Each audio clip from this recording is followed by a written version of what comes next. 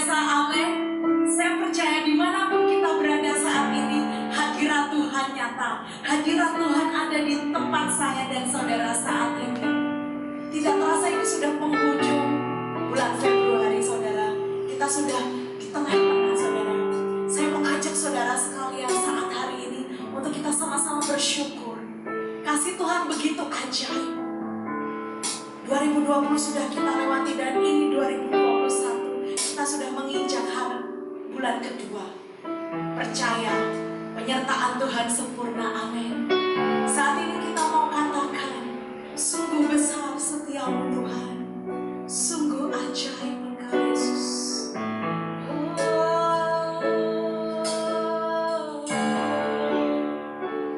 Kami mau berseru, sungguh besar setiamu, Kau nyata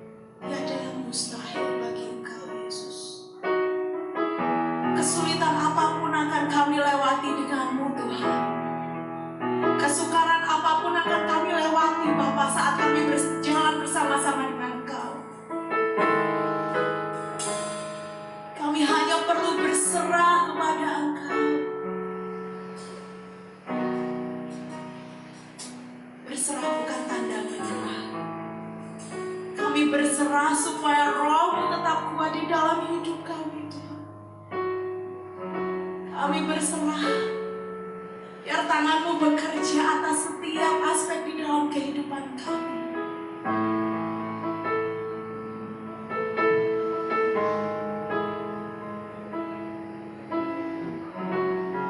Kami tahu Bapa, jalan-jalan kami tidak akan mudah. Kami menyadari hal itu, Tuhan. Untuk tetap teguh berdiri setia itu sulit, Tuhan. Namun kami percaya satu hal, di dalam-Mu Bapa tidak ada yang mustahil. Dan setiap rancangan-Mu Bapa terjadi di dalam hidup kami. Yang kami perlu saat ini adalah kami hanya berserah.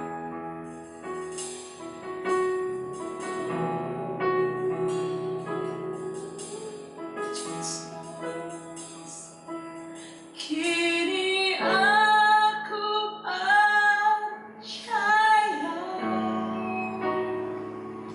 tiada yang mustahil bagimu.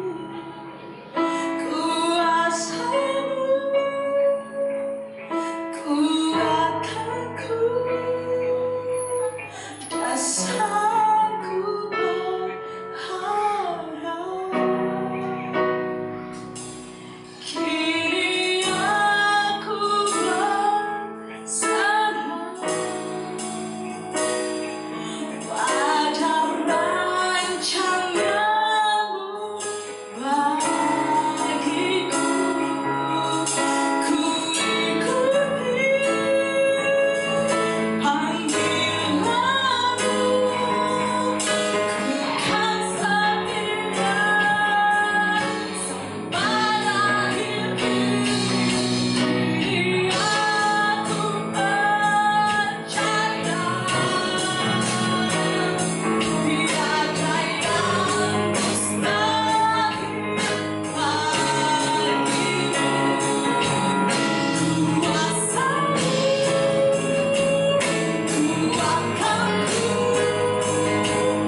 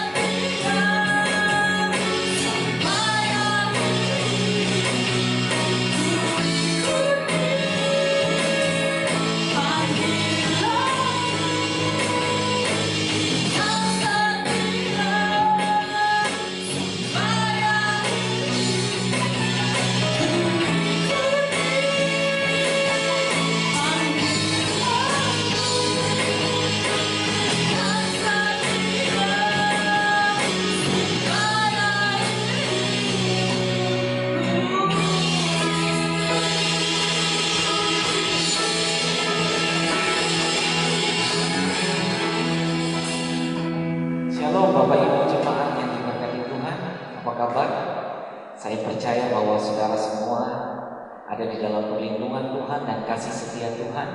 Pagi hari ini tanggal 21 Februari kembali lagi kita melihat kasih setia Tuhan terjadi dalam kehidupan kita Dan saya ajak kita sama-sama siapkan hati kita untuk mendengarkan kebenaran firman Tuhan. Saya percaya ketika kita buka hati kita untuk mendengarkan kebenaran firman Tuhan, Alkitab berkata setiap orang yang berjumpa dengan kebenaran dia pasti dimerdekakan di dalam Tuhan. Mari kita berdoa sama-sama sebelum kita buka hati kita untuk dengar firman Tuhan. Kita berdoa, kita minta Roh Kudus bantu kita untuk kita sama-sama memahami apa yang Tuhan katakan buat kita pada pagi hari ini. Bapa, terima kasih buat semua kasih karunia-Mu, terima kasih buat kesetiaan-Mu, terima kasih buat pertolongan-pertolongan Tuhan dalam kehidupan kami. Aku berdoa kepada seluruh umat Tuhan, gereja GBI Kanaan yang ada di rumah-rumah mereka. Aku juga berdoa kepada semua sahabat Kanaan yang setia mengikuti ibadah bersama dengan GBI Kanaan. Aku berdoa dan percaya bahwa kami semua diberkati oleh Tuhan, dilindungi. Aku berdoa kepada yang sakit disembuhkan, yang lemah dikuatkan oleh Tuhan. Mujizat demi mujizat terjadi dari rumah ke rumah, dan Tuhan menolong, melindungi kami semua. Terima kasih Tuhan yang baik.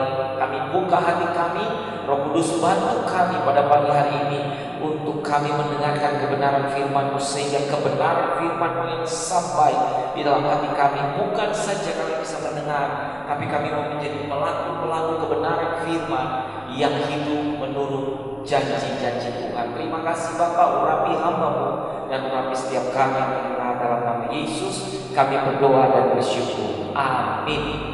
Jemaat yang diberkati Tuhan, saya ajak kita sama-sama untuk membuka Alkitab kita. Saya ambil dari Efesus pasalnya yang kelima, ayat 15 sampai dengan ayatnya yang ke-21. Kitab Efesus pasalnya yang kelima, ayatnya yang ke-15 sampai dengan ayatnya yang ke-21. Mari kita baca, saudara bisa memperhatikan pada Alkitab saudara masing-masing, dan saya akan bacakan ayat-ayat ini kepada kita sama-sama. Karena itu perhatikanlah dengan saksama bagaimana kamu hidup, jangan seperti orang bebal, tetapi seperti orang arif, dan pergunakanlah waktu yang ada, karena hari-hari ini adalah jahat. Sebab itu janganlah kamu bodoh, tetapi usahakanlah supaya kamu mengerti kehendak Tuhan. Janganlah kamu mabuk oleh anggur, karena anggur menimbulkan hawa nafsu, tetapi hendaklah kamu penuh dengan Roh, dan berkata-kata seorang kepada yang lain dalam mazmur, kidung, puji-pujian dan nyanyian rohani. Bernyanyi dan bersoraklah bagi Tuhan dengan segenap hati. Ucapkanlah syukur senantiasa atas segala sesuatu di dalam nama Tuhan kita Yesus Kristus kepada Allah dan Bapa kita. Ayat 21. Mari kita sama-sama baca. Dan rendahkanlah dirimu seorang kepada yang lain dalam takut akan Tuhan. Nah, ini merupakan satu pandangan rohani yang Rasul Paulus buat tentang segala sesuatu yang akan terjadi di akhir zaman. Saya pernah khotbah ini tapi di dalam versi yang lain.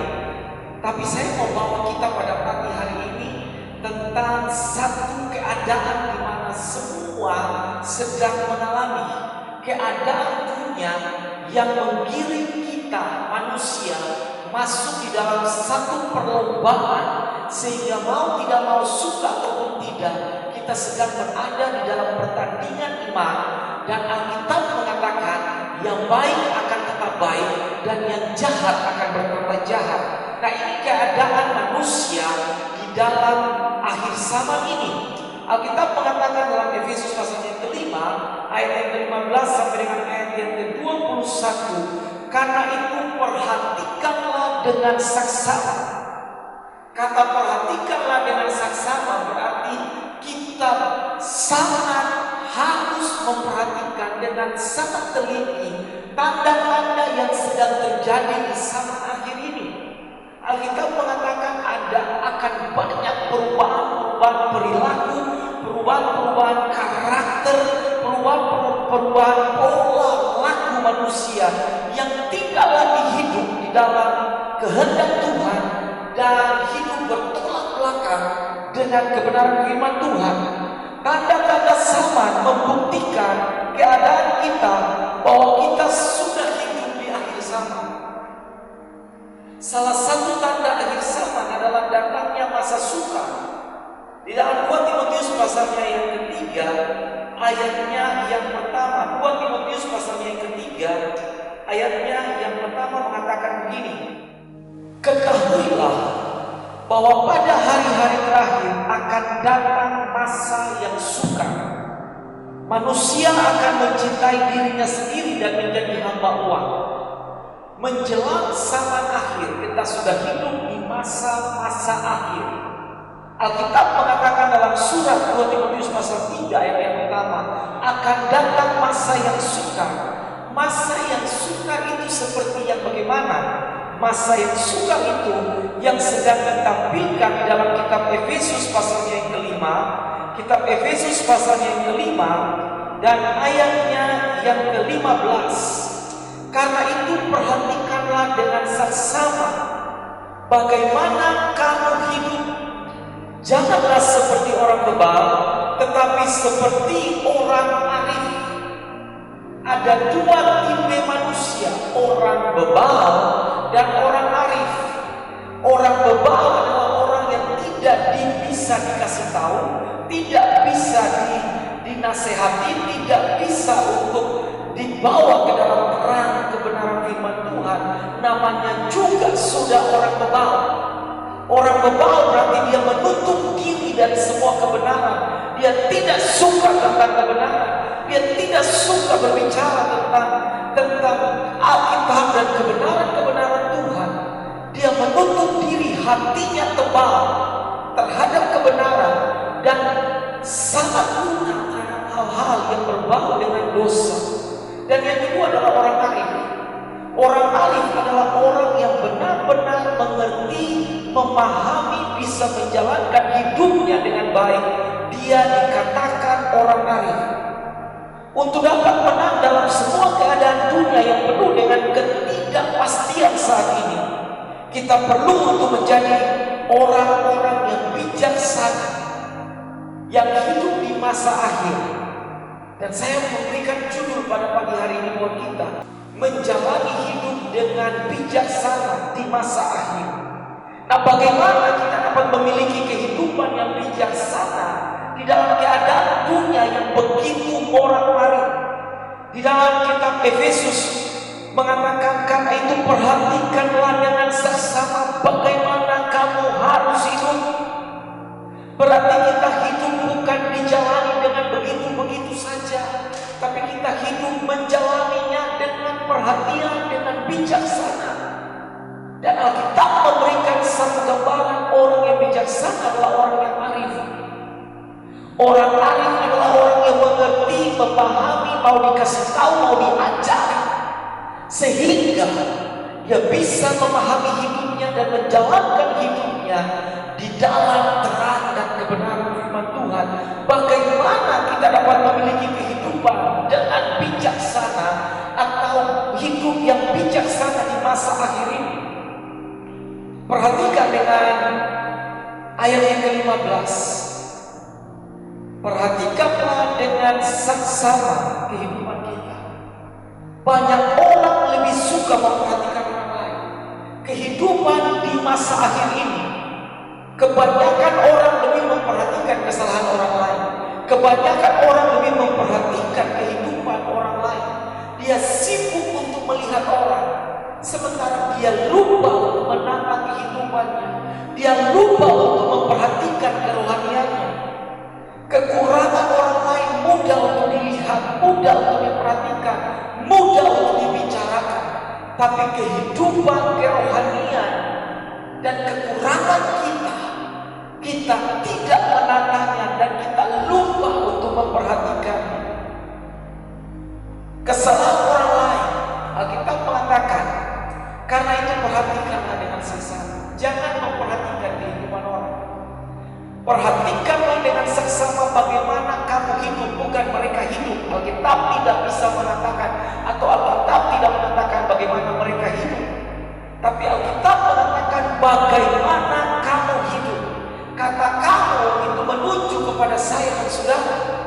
Berarti Rasul Paulus dalam hal ini dia sedang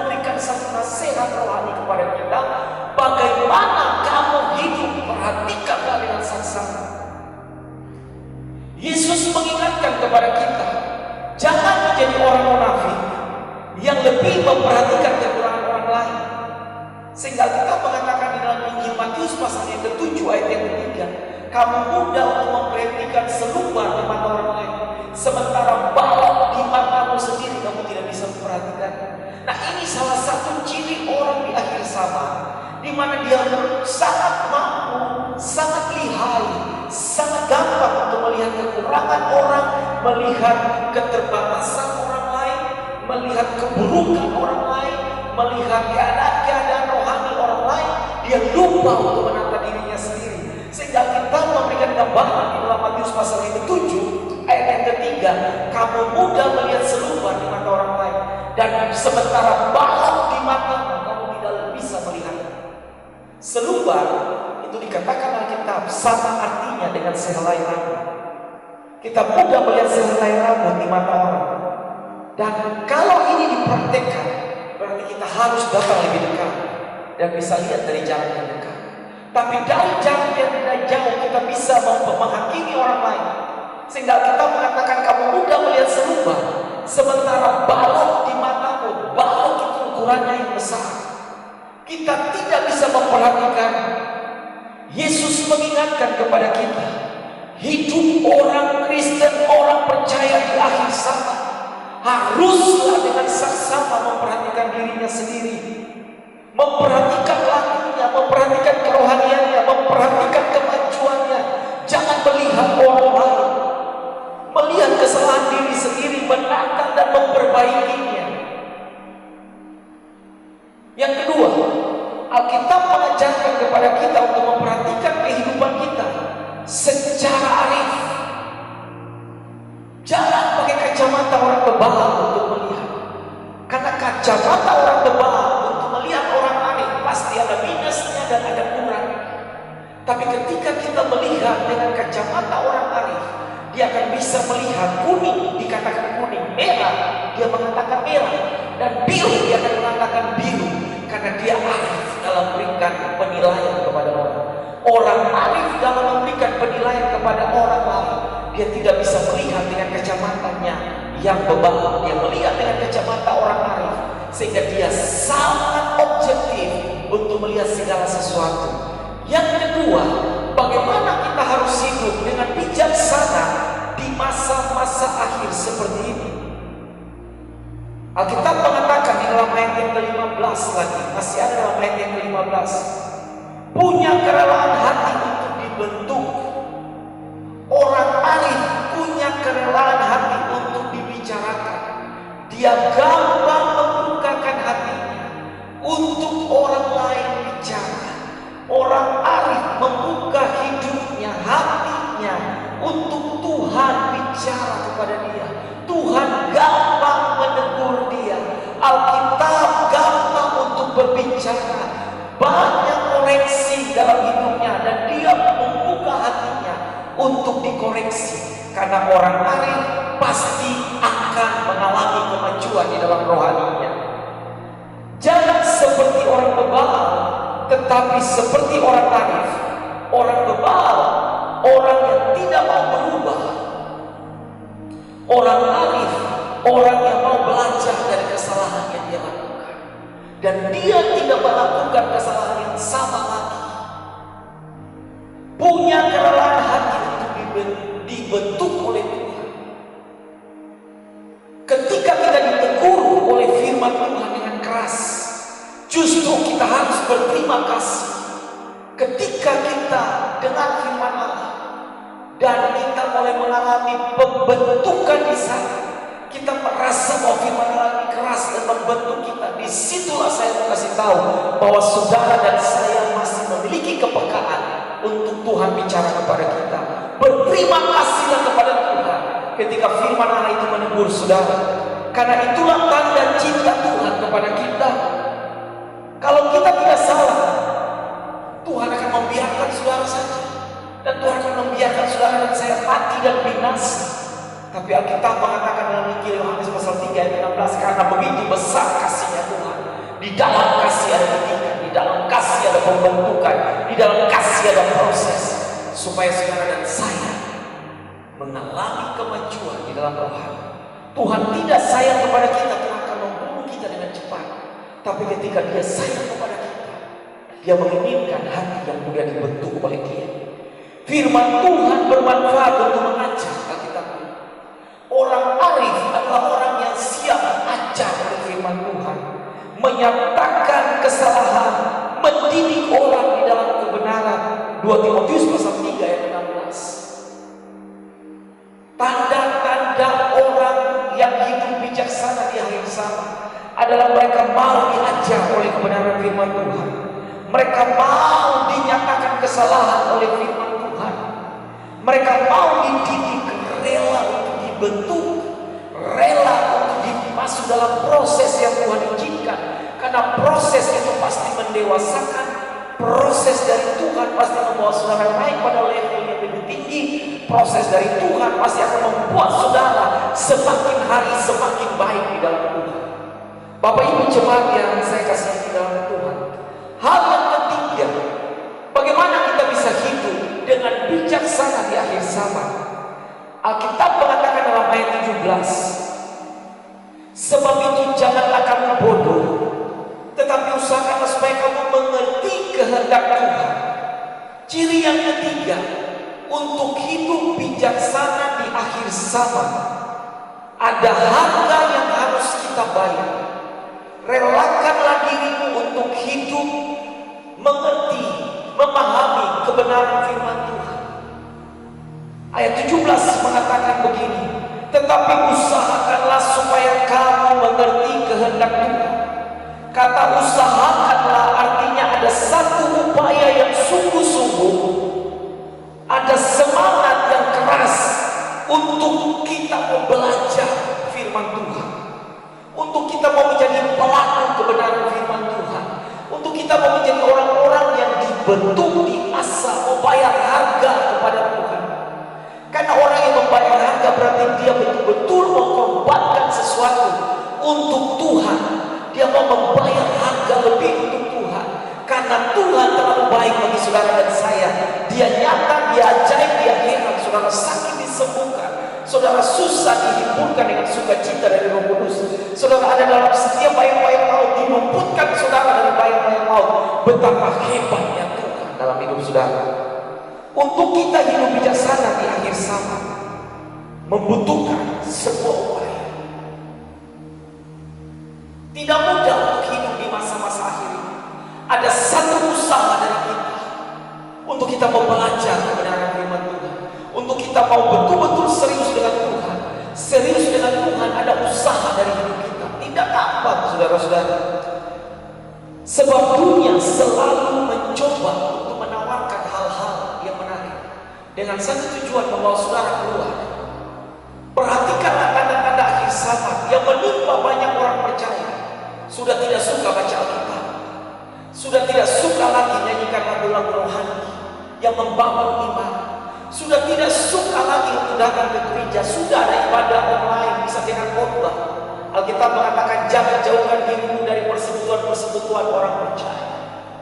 Dan saya mau kasih tahu kepada saudara, kita siap untuk melakukan dan melaksanakan ibadah offline. Tapi saya mau kasih tahu, siapkan hati. Kita sedang dibawa Tuhan masuk dalam satu era rohani yang baru. Era di mana kehidupan kita berdampingan dengan kemajuan zaman yang memaksa kita untuk usaha hidup berkenan kepada Tuhan, untuk hidup lebih lagi buat Tuhan di tengah-tengah masa yang serba sulit, serba kompleks dengan segala macam perubahan-perubahan yang ada di dalamnya yang memaksa kita untuk tinggalkan Tuhan. Tapi saya mau kasih tahu, catat ini baik-baik. Alkitab mengatakan siapa yang setia sampai akhir, ada mahkota kehidupan yang akan diberikan kepadanya. Hal lain yang Rasul Paulus katakan di dalam kitab Efesus pasal yang kelima ayat 18, kita lakukan sesuatu yang ekstra lebih untuk Tuhan, yang saya sebut membayar harga lebih untuk kemajuan rohani kita. Hidup penuh dengan roh. Perhatikan ayatnya yang ke-18. Janganlah kamu mabuk oleh anggur, karena anggur menimbulkan hawa nafsu, tetapi hendaklah kamu penuh dengan roh. Ada dua manusia yang melihat manusia yang mampu oleh anggur dan manusia yang penuh dengan roh. Orang yang mampu oleh anggur, maka anggur itu akan membawa dia keluar dari semua kebaikan-kebaikan Tuhan. Orang yang mampu oleh anggur, maka hidupnya akan miring, jalannya akan miring, otaknya juga akan miring. Tetapi orang yang penuh dengan roh akan dibawa dalam ketertiban ilahi, sehingga membuat orang itu akan hidup dengan bijaksana di masa-masa yang akhir. Ayat 18 sangat penting bagi kita. Dan janganlah kamu mabuk oleh anggur, karena anggur menimbulkan hawa nafsu. Hasil dari kemabukan anggur pasti menimbulkan hawa nafsu. Tetapi hendaklah kamu hidup penuh dengan roh, dan berkata-katalah seorang dengan yang lain dalam Mazmur. Orang yang penuh dengan roh, dari mulutnya akan penuh dengan pujian. Hidupnya penuh dengan ucapan syukur. Hidup yang dipenuhi oleh Roh Kudus adalah kehidupan yang dikendalikan dan dikuasai oleh kuasa Roh Kudus sesungguhnya. Itulah yang akan memampukan saudara dan saya hidup mampu dan sanggup hidup dengan bijaksana di masa-masa akhir ini. Menjalani hidup dengan bijaksana di masa akhir ada 3 bagian. Memperhatikan dengan saksama bagaimana kita hidup. Jangan memperhatikan orang lain. Jangan mau melihat keburukan orang lain. Perhatikan dirimu sendiri. Yang kedua, punya kerelaan hati untuk dibentuk dan diasah oleh Tuhan. Dan yang ketiga, harus bayar harga lebih. Ada usaha untuk hidup berkenan kepada Tuhan.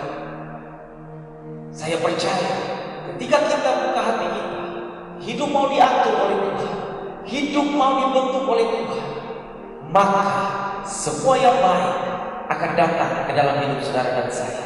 Mari kita berdoa. Bapa, kami berterima kasih buat kebenaran firman-Mu. Kami berterima kasih karena kami sudah bisa mendengarkan kebenaran firman-Mu. Dan aku berdoa buat umat Tuhan dari rumah ke rumah, di mana saja mereka berkumpul. Dan aku berdoa berkat Tuhan tinggal dalam hidup mereka, memberkati mereka, memberikan pertolongan kepada hidup mereka, dan Tuhan menolong mereka dalam setiap kehidupan mereka. Terima kasih Bapa di sorga. Kami siapkan hati kami untuk bersekutu dengan tubuh dan darah-Mu. Dan kami percaya lewat persekutuan dengan tubuh dan darah Kristus, kami semakin hari menjadi serupa dengan Engkau di dalam kematian dan di dalam kebangkitan-Mu. Terima kasih Bapa di sorga. Di dalam nama Tuhan Yesus kami berdoa dan kami bersyukur. Haleluya. Amin. Siapkan hati saudara. Bapak Ibu jemaat yang saya kasihi di dalam Tuhan, siapkan juga keluarga saudara. Siapkan semua anggur ataupun sirup dan air, dan saudara siapkan roti, bahkan hosti yang saudara sudah siapkan. Kita sama-sama mau siapkan hati dan kita mau siapkan semua.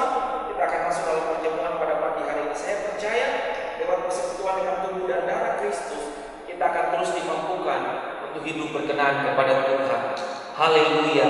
Saya minta saudara sama-sama siapkan roti di tangan kanan saudara atau hosti, dan kita akan berdoa pada pagi hari ini. Terima kasih Abah, terima kasih Bapa buat perkenanan-Mu pada hari ini atas kehidupan kami. Sebelum kami masuk dalam persekutuan dengan tubuh dan darah, kuduskan kami, sucikan kami pelanggaran-pelanggaran dan dosa yang kami buat dalam keadaan kami tahu dan kami sadar maupun dalam keadaan kami tidak sadar. Sucikan semua kehidupan kami, hati kami, roh kami, sehingga untuk ketika kami bersekutu dengan tubuh dan darah-Mu, kami memperoleh semua kebaikan Tuhan dan mujizat lewat persekutuan dengan tubuh dan darah-Mu. Terima kasih Bapa. Layakkan semua anak-anak Tuhan di rumah mereka masing-masing, berkati mereka, dan kehidupan kami menjadi kehidupan yang berkemenangan di dalam Tuhan, di dalam nama Tuhan Yesus. Bapak Ibu jemaat yang saya kasihi di dalam Tuhan, angkat roti di tangan kanan saudara, kita angkat setinggi-tingginya, dan kita sama-sama berdoa. Pada malam waktu Yesus diserahkan, Ia mengambil roti, Ia mengucap syukur atas, Ia memecah-mecahkannya dan berkata, inilah tubuhku yang kuserahkan bagi kamu. Perbuatlah ini menjadi peringatan akan aku. Apakah saudara yakin dan percaya bahwa melalui persekutuan dengan tubuh Kristus, tubuh Yesus yang dihancurkan buat saudara dan saya, di dalam ada kuasa, dan oleh biru-birunya kita semua disembuhkan. Dengan iman dan keyakinan kita, mari kita makan dengan pengucapan syukur di dalam nama Tuhan Yesus.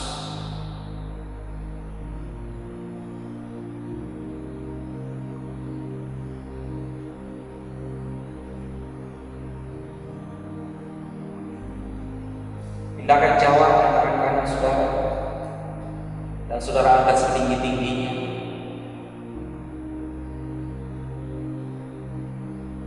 Demikian sesudah makan, ia mengambil cawan lalu berkata, inilah darah yang aku tumpahkan bagi kamu, darah perjanjian baru yang aku meteraikan dengan darahku sendiri. Perbuatlah ini setiap kali kamu meminumnya, menjadi peringatan akan aku. Apakah jemaat Tuhan percaya melalui persekutuan dengan darah Yesus, kita semua disucikan oleh Dia dalam kematiannya di kayu salib, dan kuasa darah Yesus berkuasa untuk menyucikan, membersihkan, membenarkan, dan menjadikan saudara dan saya ciptaan yang baru. Dengan keyakinan dan percaya kita, mari kita minum bersama-sama dengan pengucapan syukur di dalam nama Tuhan Yesus.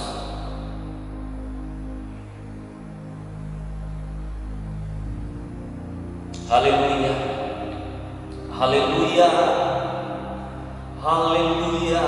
Terima kasih Tuhan, terima kasih Abba, terima kasih Bapa. Haleluya,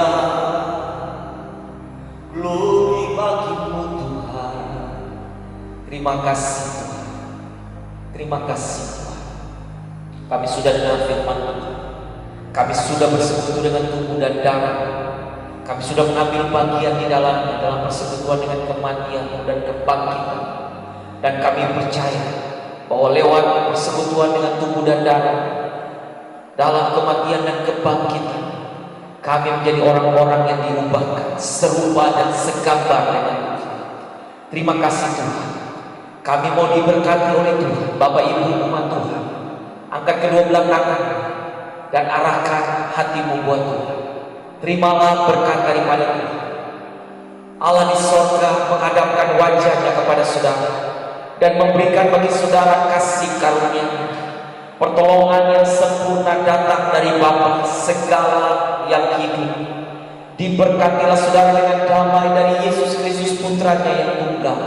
Persekutuan di dalam Roh Kudus mengerjakan penghiburan dan sukacita, memberkati saudara hari-hari, pernikahan, rumah tangga, masa muda, keluar dan masuk diberkati oleh Tuhan. Bakul dan tempat adonan, ada tangan Bapa yang memberkati di sana. Ada mujizat yang terjadi dalam rumah tangga, dalam masa muda, dalam keluarga, dalam usaha. Semua pekerjaan tanganmu diberkati oleh Tuhan. Dijauhkan dari kemah, pembelalang, penggiring dan pelompat, segala macam kutuk, kemelaratan, kemiskinan, penindasan, penyakit sampai kepada maut, menjauh dari kemah. Dan diberkatilah keturunan, dan keturunan menjadi perkasa di bumi.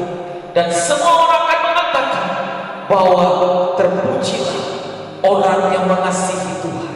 Terima kasih Bapa, semua berkat yang baik kami terima hanya di dalam nama Allah Bapa, Anak dan Roh Kudus, di dalam berkat nama Tuhan Yesus, mulai hari ini kekal selama-lamanya. Haleluya, amin. Tuhan Yesus memberkati saudara. Ketemu sampai dengan tanggal 28 minggu depan. Kita akan ibadah bersama-sama di tempat ini lagi, dan saya percaya bahwa kita semua akan diberkati oleh Tuhan. Shalom, Tuhan Yesus memberkati.